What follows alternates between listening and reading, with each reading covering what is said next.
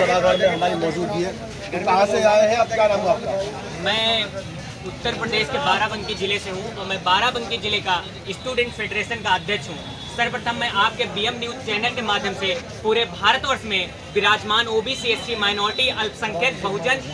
समाज से जो भी व्यक्ति जुड़ा है, मैं उसको आज भीम आर्मी के 10वें स्थापना दिवस की बहुत बहुत हार्दिक बधाई देता हूं और आप सभी की मंगल कामनाएं करता हूं। मैं स्टूडेंट फेडरेशन का जिला अध्यक्ष होने के नाते आज इस पटना की धरती से एक आगाज करना चाहता हूं, युवाओं को आह्वान करना चाहता हूं कि आज जब 10 साल भीम आर्मी के पूरे हो रहे हैं तो आपको अपने अंदर एक नया जोश, एक नया उत्साह और एक नई क्रांति को जलाना है कि आज जो भी बड़े भाई चंद्रशेखर आजाद जी हमें बताएंगे, आज जो भी विनय रतन भाई हमें बताएंगे, उस मार्गदर्शन पर चलकर हम मान्यवर काशीराम साहब का सपना और बहुजन हिताय बहुजन सुखाय को नारे को बढ़ाने के लिए भारत के हर एक कोने कोने में जाएंगे, हर एक घर के दरवाजे को खटखटाएंगे और जो अंधविश्वास, आडंबर, पाखंडवान और जो वर्तमान भारतीय जनता पार्टी सरकार है, जो युवाओं को हिंदू मुस्लिम की राजनीति करके भड़का रही है, जो अभी यूपी में 5000 स्कूल बंद करने का काम कर रही है, तो सुन लीजिए डबल इंजन की सरकार, इस पटना की धरती से आगाज करना चाहता हूं कि ये कांवड़ यात्रा आपकी खत्म होने के बाद लखनऊ में एक बहुत बड़ा आंदोलन करने का काम बड़े भाई चंद्रशेखर आजाद जी ने आह्वान किया है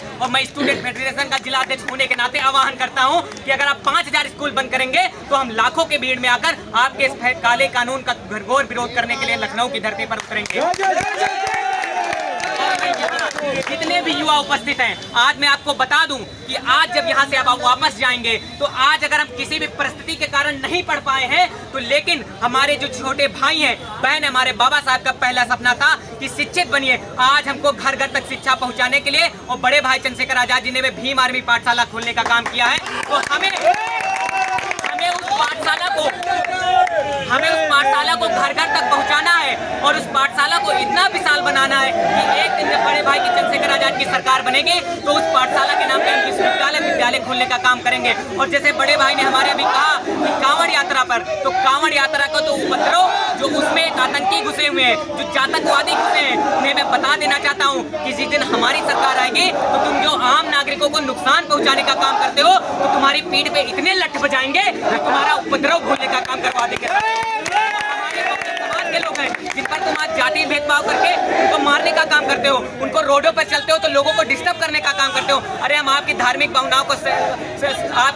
भावनाओं को ना आहत पहुंचाते हुए आपकी भावनाओं को सम्मान करते हैं। उसी तरीके से हमारे बौद्ध समाज के लोगों का, हमारे बौद्ध अनुयायियों का भी सम्मान रखिए और पटना में जो ये महाबोधि मुक्त करो आंदोलन चल रहा है उसका यहाँ से समर्थन भी करना चाहते हैं कि 1949 पीटे को बंद करे और हमारे बौद्ध विहार को हमारे हवाले करने का काम करे। साथियों, बहुत बहुत धन्यवाद। स्टूडेंट फेडरेशन का जिला अध्यक्ष होने के नाते फिर मैं आपको आह्वान करना चाहता हूं कि आज यहां से जो सीख लेके जाएंगे उसको हम जन जन तक पहुंचाएंगे कि बड़े भाई चंद्रशेखर आजाद किसी एक समुदाय के नेता नहीं है, वो बहुजन समाज के नेता है और 85% की हिस्सेदारी स्वाभिमान सम्मान की लड़ाई लड़ने का काम जो युवाओं के लिए कर रहे हैं, हमारे बहन बुजुर्गों के लिए कर रहे हैं, उसको आगे बढ़ाने का जिम्मेदारी हमारे कंधों पर है। साथियों, तो आप सभी साथ देंगे और आगे बढ़ने का काम करेंगे। बहुत बहुत धन्यवाद देना चाहता हूँ भाई को। सवाल आपसे दे लेता हूँ,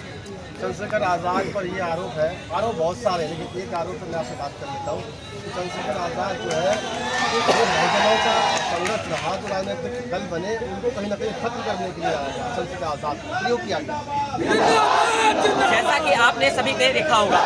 उनके ऊपर आरोप लगा कि जब हमारे बाबा साहब ने भी संविधान बनाने के बाद अपनी पार्टी बनाई, उन्होंने इसलिए पार्टी बनाई ताकि हमारा बहुजन समाज सशक्त हो। फिर जब मान्यवर काशीराम हमारे रहबर आए, उन्होंने भी वाम से डीएस कोड और बहुजन समाज पार्टी बनाई। जब बहुजन समाज पार्टी की सरकार उत्तर प्रदेश में 4 बार रही और माननीय बहन जो बड़ी हमारी आदरणीय नेता हैं और आज भी है, उनके सम्मान से अगर कोई खेलने का काम करेगा तो भीम आर्मी उसको कठोर जवाब देने का काम करेगी। लेकिन साथियों, हमने देखा कि जैसे हमारे बहुजन समाज का आंदोलन कम होता गया तो किसी न किसी, जब हमें पता है कि अगर एक पेड़ सूख जाता है तो हमें नया पेड़ लगाने की जरूरत होती है, वैसे जब हमारा आंदोलन आज कमजोर पड़ा धरातल पर, बहुजनों पर अत्याचार बढ़े, हमारी बहन बेटियों के साथ अत्याचार हो रहे थे, तब बड़े भाई चंद्रशेखर आजाद जी ने आह्वान किया और 2015 में 21 जुलाई को भीम आर्मी का स्थापना दिवस गठन किया। उसी स्थापना दिवस को मनाते हुए हमने आजाद समाज पार्टी का गठन किया। तो उस आजाद समाज पार्टी के बैनर तले हम बहुजन विचारधारा को आगे बढ़ाने का काम कर रहे हैं और बड़े भाई चंद्रशेखर आजाद जी के साथ है, भीम आर्मी बाराबंकी की टीम पूरे साथ है और पूरा ये युवा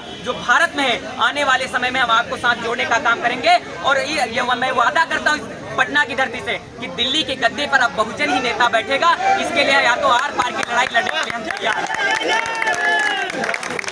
तो कहे कि